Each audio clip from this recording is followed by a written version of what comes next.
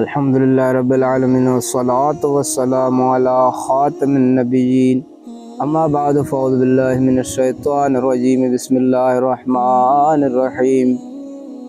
پیارے اور محترم مسلم بھائیو، اس ویڈیو میں ہم انشاءاللہ عز و جل غزوہ خندق کے متعلق سنیں گے، تو آپ بھی ویڈیو کے ساتھ آخر تک جڑے رہیے تو انشاءاللہ عز و جل معلومات میں اضافہ ہوگا۔ سن 5 ہجری میں غزوہ خندق کا واقعہ پیش آیا۔ اللہ پاک کے آخری نبی صلی اللہ تعالیٰ علیہ وآلہ وسلم نے بنو نظیر کے یہودیوں کو معاہدے کی خلاف ورزی کی بنا پر مدینہ پاک سے نکال دیا تھا۔ ان میں سے کچھ خیبر جا کر آباد ہو گئے۔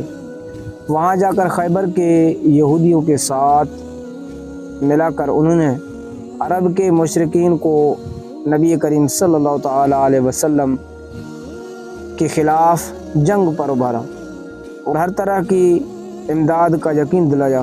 تمام کفار عرب نے احتیاط کر کے مسلمانوں سے جنگ لڑنے کا ارادہ کر لیا۔ اسی وجہ سے اسے غزوہ احزاب یعنی تمام جماعتوں کی جنگ بھی کہتے ہیں۔ دشمن کی تعداد 10,000 تھی، اس لیے حضرت سلمان فارسی رضی اللہ تعالیٰ عنہ نے یہ مشورہ دیا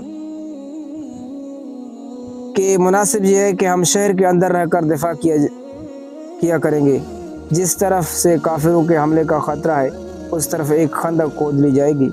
مدینہ پاک کے 3 طرف چونکہ مکانات کے تنگ گلیاں اور کھجوروں کے باغات تھے، اس لیے ان تینوں جانب سے حملہ کا امکان نہیں تھا۔ صرف ایک طرف کا علاقہ تھا جو کھلا ہوا تھا، لہذا یہ طے ہوا کہ اسی طرف گہری خندق کھودی جائے۔ چنانچہ 8 ذی القعدہ سن 5 ہجری کو اللہ پاک کے آخری نبی صلی اللہ تعالیٰ علیہ وسلم نے 3000 صحابہ کرام علیہم رضوان کے ساتھ لے کر خندق کھودنے میں مصروف ہو گئے۔ آپ نے خود اپنے مبارک ہاتھوں سے خندق کی حد بندی فرمائی، یعنی نشانات وغیرہ لگائے، اور 10 آدمیوں پر 10 گز زمین تقسیم فرما دی۔ تقریباً 20 دن میں یہ خندق تیار ہو گئی۔ خندق 300 میٹر لمبی اور 9 میٹر چوڑی تھی، جبکہ خندق کی گہرائی 5 میٹر تھی۔ اس زمانے میں خندق کا جنگ میں استعمال اہل عرب کے لیے ایک نیا تجربہ ثابت ہوا۔ اس غزوہ میں کامیابی کے اسباب میں سے ایک سبب یہ خندق بنی۔ کافروں کا لشکر جب آگے بڑھا تو سامنے خندق دیکھ کر کافر حیران رہ گئے۔ انہوں نے مدینہ شریف کا محاصرہ کر رکھا اور تقریباً 1 مہینے تک گھیرا ڈالے رہا۔ یہ محاصرہ اس سختی کے ساتھ قائم رہا کہ اللہ پاک کے آخری نبی صلی اللہ تعالیٰ علیہ وآلہ وسلم اور صحابہ کرام علیہم رضوان نے کئی فاقے کیے۔ چند کافروں نے ایک جگہ سے خندق پار کر لی، مگر جب ان کے بڑے لڑاکے قتل کر دیے گئے تو باقی واپس بھاگ گئے۔ اس جنگ میں مسلمانوں میں سے 6 افراد نے جام شہادت نوش کیا۔